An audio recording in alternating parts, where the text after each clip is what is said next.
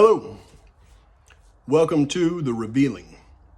I am your host, Pavarotti, here to discuss the Idaho 4 case. As a disclaimer, this channel is for entertainment purposes only. These are my opinions, not here to slander anyone, may speculate, but with all that being said, let's get started. Today, I'm going to continue the true timeline of events in this case. I'm not going to recap all of the events up until the date of the atrocity. Drink up. If you haven't already seen those last two videos I've done on the timeline, I highly recommend stop this one, go back, watch those two. Did them about a week and a half ago. Don't even remember what they're called, but definitely go watch those two before you watch this one so that you're up to speed on everything. Because in this one, we're going to get into it. I'm going to dispel the myth, the lies, the deception that makes you think a lot of the things that you think on this case. I've gone through all of the search warrants in the case. They tell a major story. We're going to revisit the probable cause affidavit so that you can understand where all of those stories came from. We're going to read it in a little bit different way, though. We're going to read it in the way that the investigation actually happened, because a lot of the events in the probable cause affidavit, well, they happen, but they don't happen in the order in which they're listed in the PCA, which leads everybody to assume certain truths that aren't truths at all. So we're going to figure out when they actually got to Mr. Kohberger. We're going to decipher how they did not get to Mr. Kohberger, what didn't lead to him, and then we may touch on what actually led to him. But this one, I want you to sit back and put your seatbelt on, because I'm going to have to erase some of the things that you've got ingrained in your mind about this case.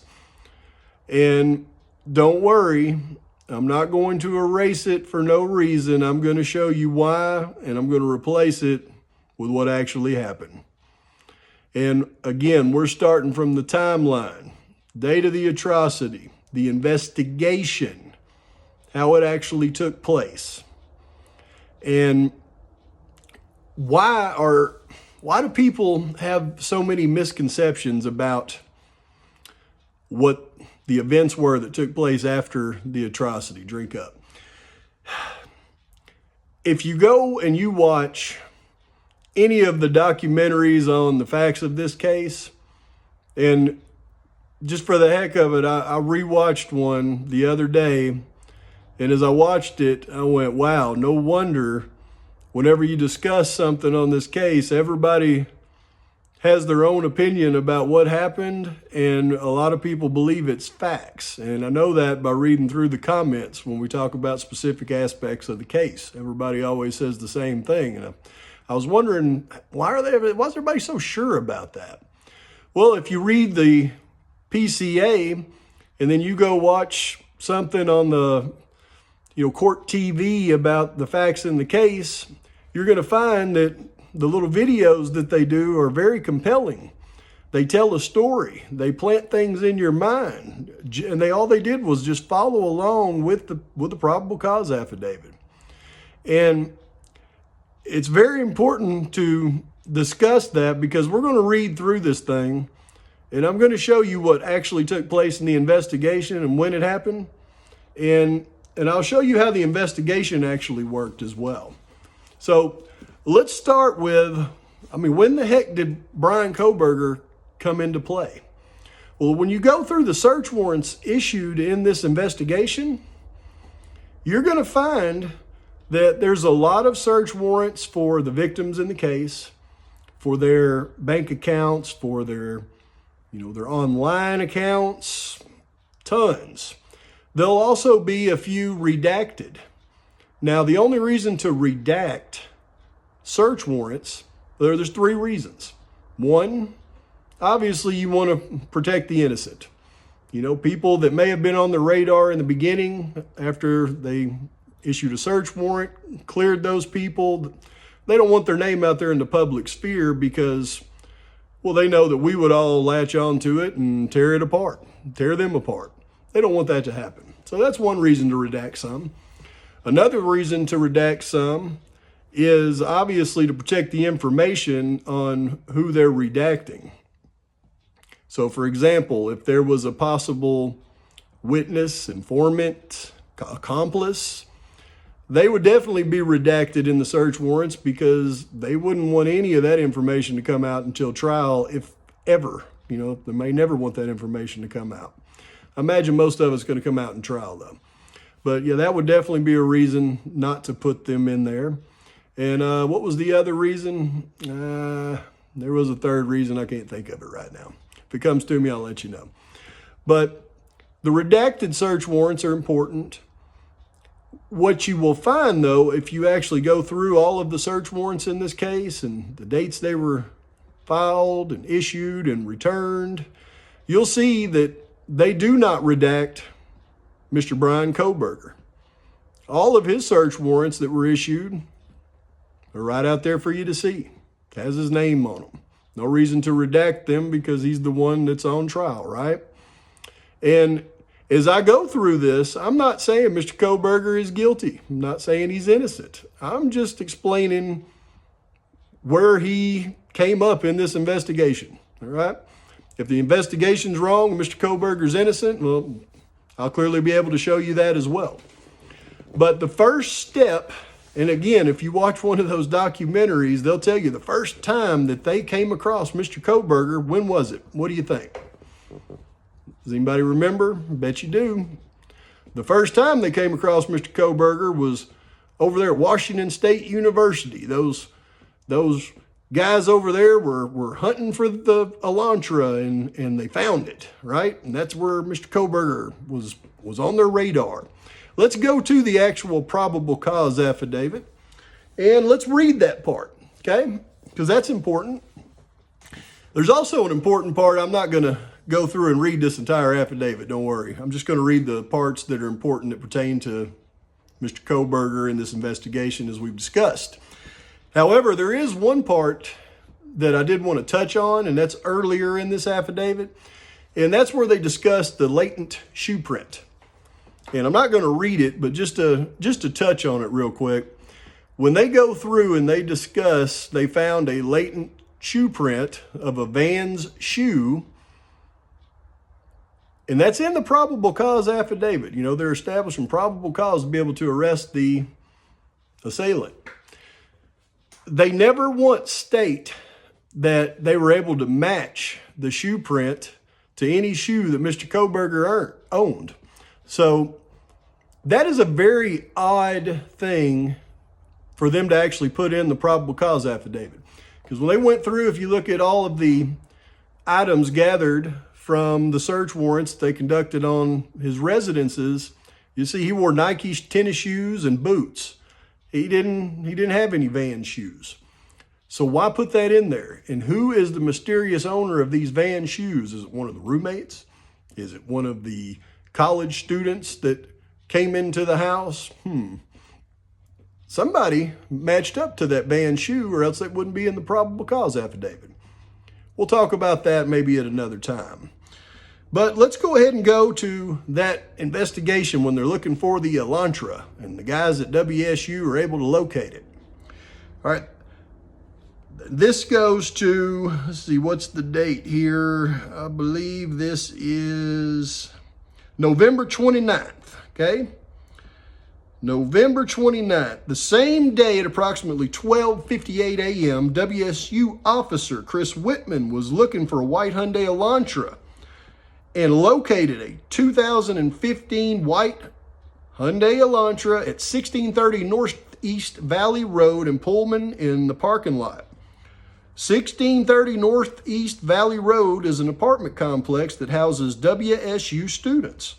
Officer Whitman also ran the car and it returned to Kohberger with a Washington tag.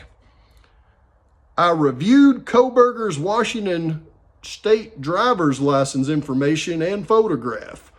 This license indicates that Kohberger is a white male with a height of 6 foot, weighs 185 pounds. Additionally, the photograph of Kohberger shows that he has bushy eyebrows. Kohberger's physical description is consistent with the description of the male Mortensen saw inside the King Road residence on November 13th. Okay, so this is what they're saying. They're saying that on November 29th, they located this car at Washington State University, and they ran the tags, and the tags were registered in Washington. Then, of course, he looked at the driver's license, saw the bushy eyebrows, and, oh, wow, this must be our guy. So they were on him since November 29th, right? No, folks, they were not. And let me explain why. This is a historical, this is historical events in the investigation. They weren't necessarily investigated in the order that they're listed in the probable cause affidavit, though. Some of it happened at that point, some of it happened later, and then it was written all in a chronological timeline. So let's think about it for just a second, because there is 0 warrants issued for Mr. Kohberger, his phone, his internet, anything about Mr. Kohberger until December 23rd. Now, this is November 29th. Now, if they're going to waste the resources of the FBI to keep their eyes on this guy going all the way from Pullman to Pennsylvania, and they haven't even issued a warrant for anything of his, I mean, do you really believe he was a suspect at that point? And let me tell you why he wasn't. If you remember, I believe the total count of Hyundai Elantras in that area, I think they compiled 22,000 white Elantras that fit in those year models. Well, you got 2 big colleges right there. Elantras are a very popular vehicle for college students. Now, do you think this was the only white Hyundai Elantra at Washington State University? There's no telling how many of them there were. See, when these guys, Mr. Whitman was running all those Elantras, they would come back, and you got to understand, they had an Elantra that they were looking for, and that Elantra they were looking for did not have a front license plate. So as they were gathering the information on all these vehicles, the thing that would eliminate the vehicle from their scope is the front license plate. So when we read this, Mr. Whitman was looking for a white Hyundai Elantra. He found this one at 1630 Northeast Valley Road in Pullman in the parking lot. And he also ran the car, and it returned to Kohberger with a Washington tag. So that means his car had a front license plate at that time, because on the 18th, he had gone and he had transferred his tags from Pennsylvania to Washington. They gave him a front tag. He put it on the car. So when they first identified his car, it had that Washington tag. It had the front license plate. They just put it to the side. This is just another guy with a Hyundai Elantra, not the one we're looking for. Easily discernible when you look at it that way. Now, the rest of that did take place, but it took place much later in the investigation. Mr. Kohberger was not on their scope on November 29th. That's why they did not bring him in for questioning once they identified his vehicle. It was just simply one of those other 22,000 vehicles that they had identified. Let's keep reading. Okay, further investigation, including, see, look at these words, further investigation, further down the line is what it should say, including a review of Latah County Sheriff's Deputy Corporal Duke's body cam and reports showed that on August 21st, 2022, Bryan Kohberger was detained as part of a traffic stop that occurred in Moscow. At that time, Kohberger, who was the sole occupant, was driving a white 2015 Hyundai Elantra with Pennsylvania plate LFZ 8649. which was set to expire on November 30th, 2022. During the stop, which was recorded via law enforcement body camera, Kohberger provided his phone number as 509-592-8458, the big 8458 number. Hereafter, the 8458 phone as his cellular telephone number.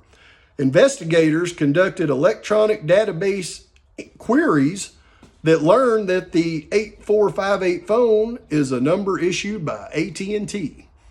See, the way that they're writing it in this PCA is the guys found his car at WSU. They immediately identified his driver's license with the bushy eyebrows, and then they started going through and looking at all of his previous traffic stops, and they found the phone number. So it's like, yeah, we were right on him. Boom, boom, boom. Nope. They found the car. He had a front license plate. They put it to the side. He wasn't a suspect. All of this review happened later on, and that's easy to discern, because if this was the case and it happened when it looks like it did in this PCA, then they would have issued the search warrant for the 8458 phone number at that time. They wouldn't have waited until December 23rd to issue that warrant and get that information for that CAST report. So again, this is reverse investigation after the 23rd, but they've listed it in the probable cause affidavit like it was happening in succinct. This happened, this happened, this happened. No. That happened after December 23rd, where they went through and reviewed his previous traffic stops. It's going to talk about another traffic stop that he had. Again, it's listed in there like it was in succinct order. No, this happened, they reviewed this after December 23rd. But they're putting it in the PCA in a succinct order. And then it goes down to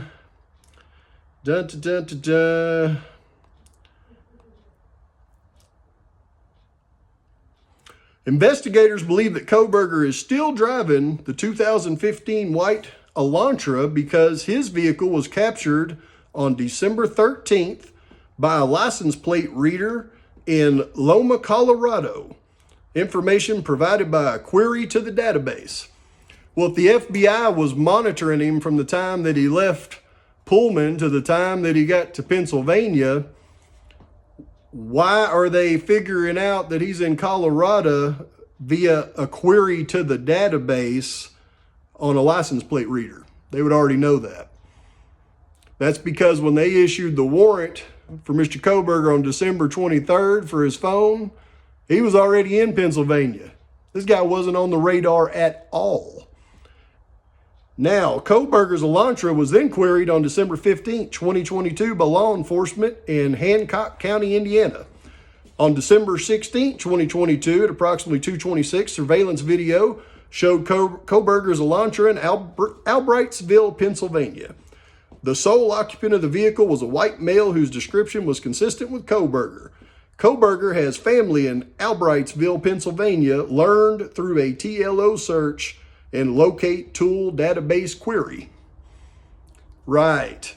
They had to learn that through that because the FBI wasn't watching Kohberger as he went from Pullman all the way to Washington. Now you're going to ask, yeah, they were, Mr. Pavarotti, because he was pulled over twice, him and his dad, on the way there. That was because the FBI was monitoring him. They wanted to check him and make sure that, you know, his dad was okay, or he didn't have blood on his hands, or there wasn't some kind of weapons available in the vehicle at a clear sight. All of that is false. Every bit of it. They had no idea Mr. Kohberger was anywhere involved in this thing when he drove from Pullman, Washington to Pennsylvania. Those two traffic stops, that's what you call dumb luck. But they weren't dumb luck. I mean, those traffic stops were there for a reason. I did a video a while back, I don't know if you've seen it or not, and I explained what those traffic stops were, and it had absolutely nothing to do with the investigation into the Moscow unalivings.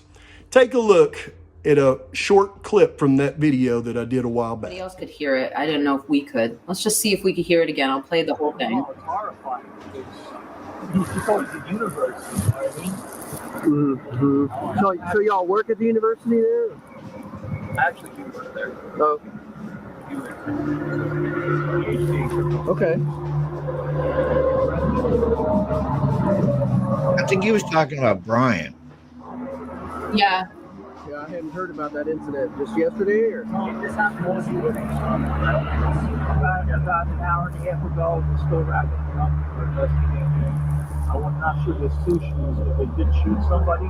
Let's see. And then we didn't know about that actually. Interesting. Wow. Okay.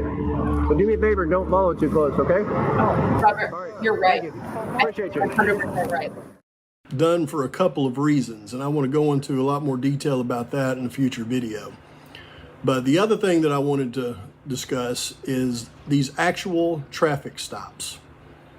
A lot of people have a lot of grand ideas about why these traffic stops happened. You know, the FBI wanted them stopped for this or that, or for surveillance reasons. Now, these two traffic stops were drug interdiction stops. They were stopped by Highway Patrol both times on a major interstate. They're driving, and it's two men driving. This is how the officers look at it. Two men driving in a vehicle without estate tags. Well, they could potentially be carrying drugs or drug money.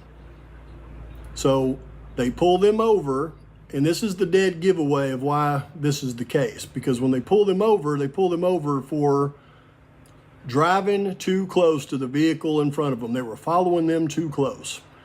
That is almost always the reason that they give for that traffic stop, because most people that are driving, carrying drugs or drug money, are following all traffic laws.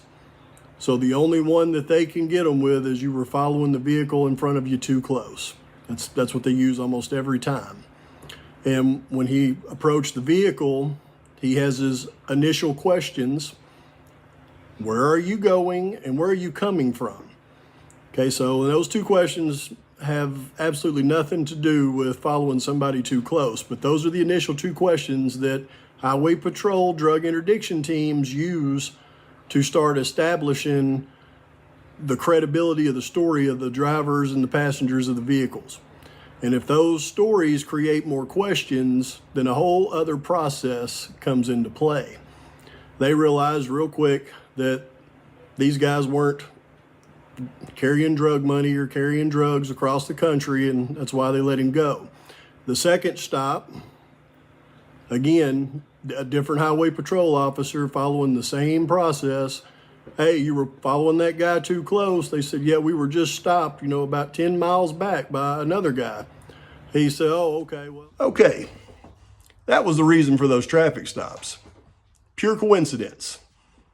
Now, again, paying attention to the dates. The date that he was pulled over on the way to Pennsylvania was the same date something else happened. That was December 15th. On December 15th, somebody was unalive there in Pullman.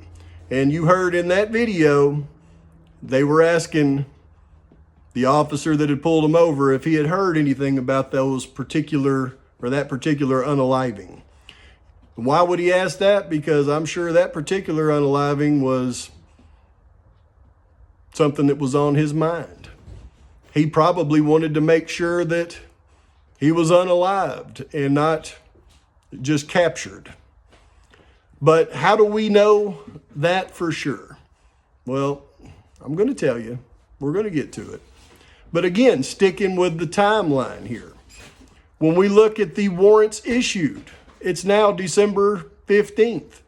Has there been any other warrants issued for Mr. Kohberger? Zero. Has there been any of those other warrants that were issued? Did any of them come back at this time?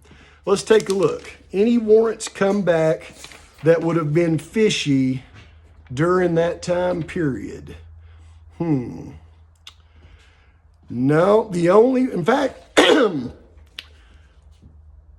what could have got Mr. Kohberger on their radar? What happened between December 15th and December 23rd where they finally issued a warrant for the cached records of Mr. Kohberger's phone?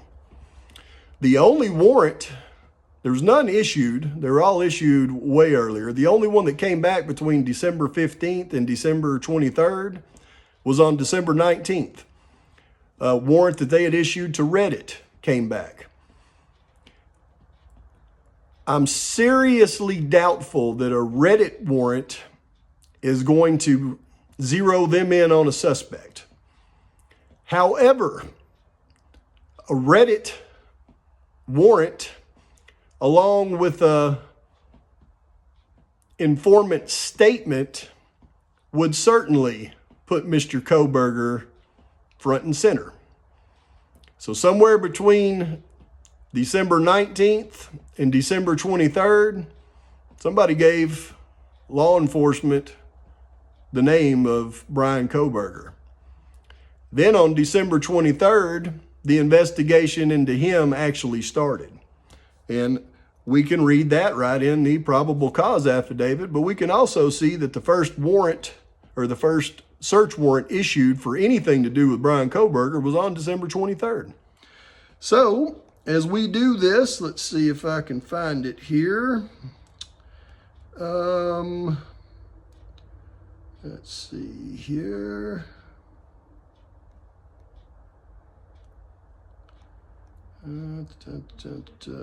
December 23rd, where are you at? Okay, on December 23rd, 2022, I applied for and was granted a search warrant for historical phone records between November 12th, 2022 at 12 a.m. and November 14th at 12 a.m. for the 8458 phone held by the phone provider AT&T, approximately 24 hours preceding and following the time of the unalivings. So, if you read that PCA like we did initially and we go through there, it certainly looks like, wow, they found his car at WSU. Then they pulled up old instances where he was pulled over speeding and the officer got his telephone number at that time and they were able to put him on the radar, and they've had his 8458 number since, November 29th. Well, he'd been on the radar for a while. They just got his 8458 phone number probably on December 23rd, maybe December 22nd. How did they get the 8458 phone number?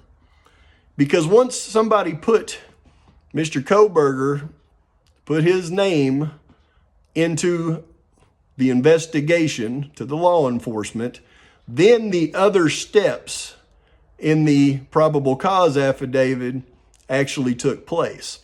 So we're going to go back. Now, when we read this and we see,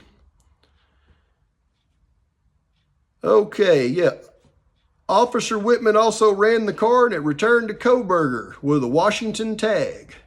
Okay, that was the end of that on November 29th.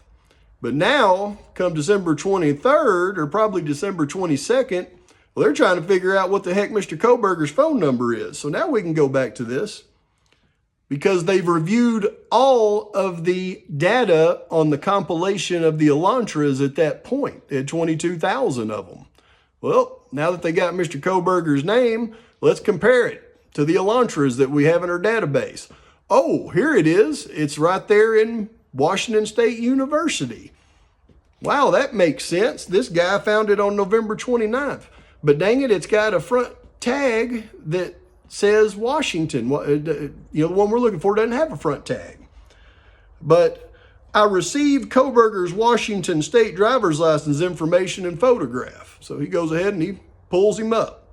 The license indicate Kohberger's a white male with a height of 6 foot, weighs 185 pounds. Additionally, the photograph of Kohberger shows that he has bushy eyebrows. His physical description is consistent with the description of the male Mortensen saw inside the King Road residence on November 13th. So they get Kohberger's name, probably around the 22nd.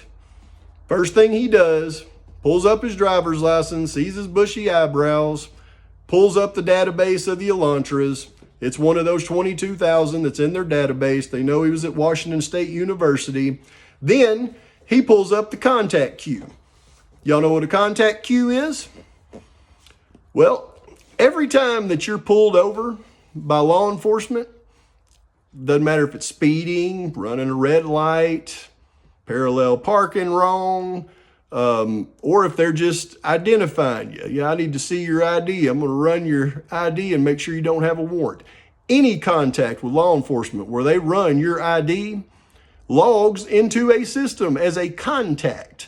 You don't have to have committed a violation. All you have to do is have your ID run by law enforcement, and it's in a database that don't go away. It's in there probably forever. And it's called a contact queue. So every contact you have with law enforcement is logged. So just because you may not be getting arrested for anything, if you've got enough contacts, when you get pulled over, they're going to look at all the contacts you have with law enforcement. And if you got a bunch of them, you look fishy.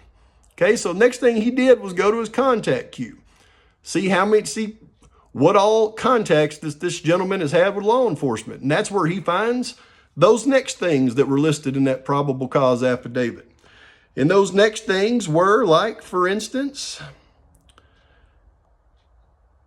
further review, including a review of Lake Charles County Sheriff Deputy Corporal Duke's body cam and report, showed that on August 21st, Mr. Kohberger was detained as part of a traffic stop that occurred in Moscow, Idaho by CPL Duke.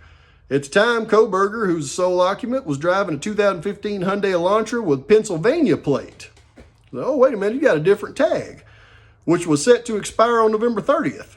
During the stop, which was recorded via law enforcement body camera, Kohberger provided his phone number, 509-592-8458. So remember, this is December 22nd when he's going through and he's finding this out. Now he's got his phone number. Now he gets the warrant for the cast report on December 23rd. They put it in the probable cause up in the beginning to make it look like this all happened right after November 29th, but it didn't. It didn't happen till December, probably 22nd to 23rd. Then they go through all the other traffic stops. October 14th, he was detained as a traffic stop. Here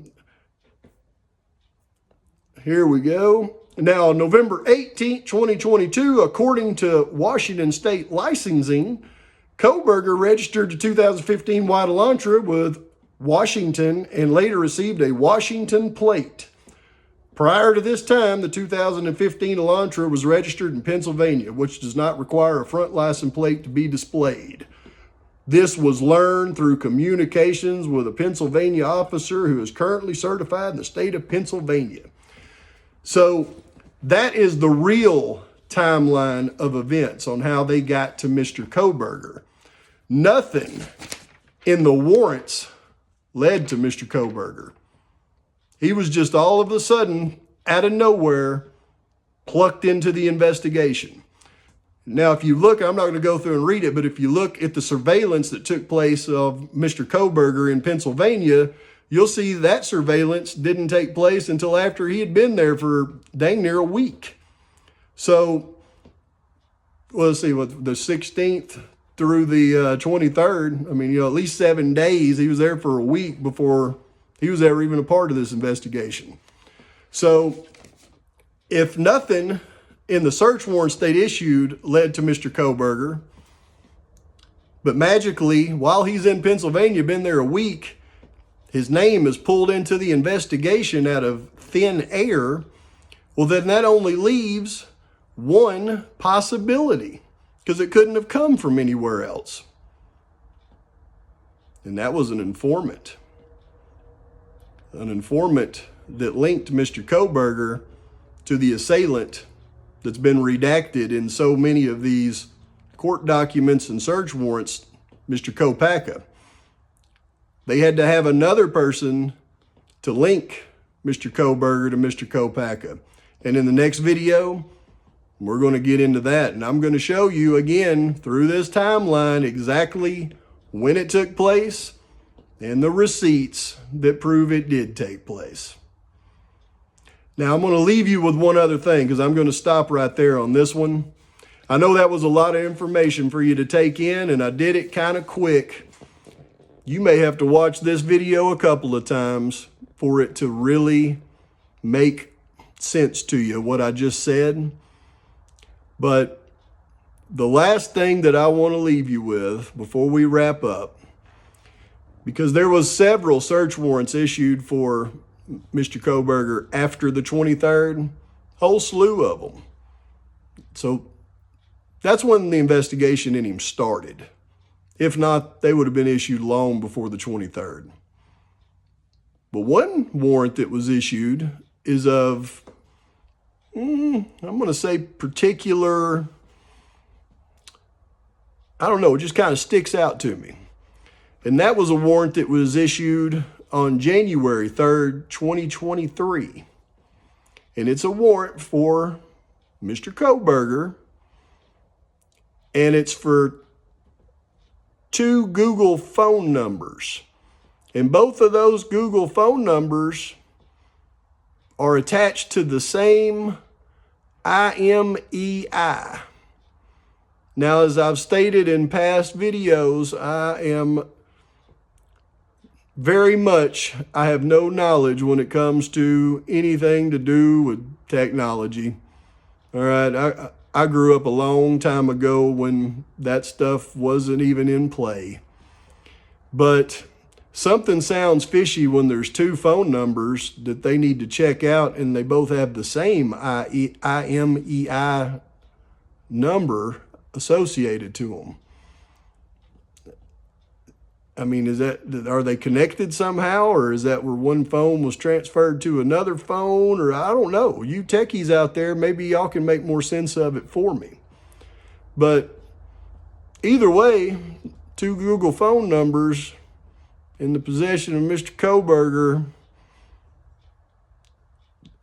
Mr. Kohberger, you know, his phone was through AT&T. Oh, and by the way, nowhere in the search warrants of items collected during the search list an iPhone. And the only search warrants for any of his phone data is AT&T.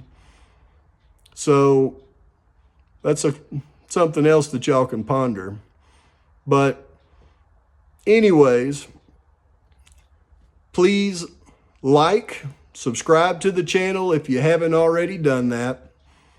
Post your comments, post your questions, post your criticisms. I've tried to dive in there and correspond as much as I can. Of course, old Pavarotti's been targeted by some, I guess, maybe other content creators, and certainly a slew of people on my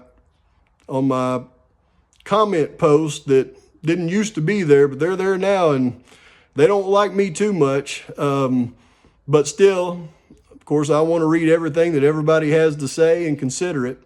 So post anything that you'd like to post. I'm very hard to offend. Most of it makes me smile. Some of it makes me, goodness. But anyway, thank you for watching. I'll see you next time. And until then, though, Pavarotti's out.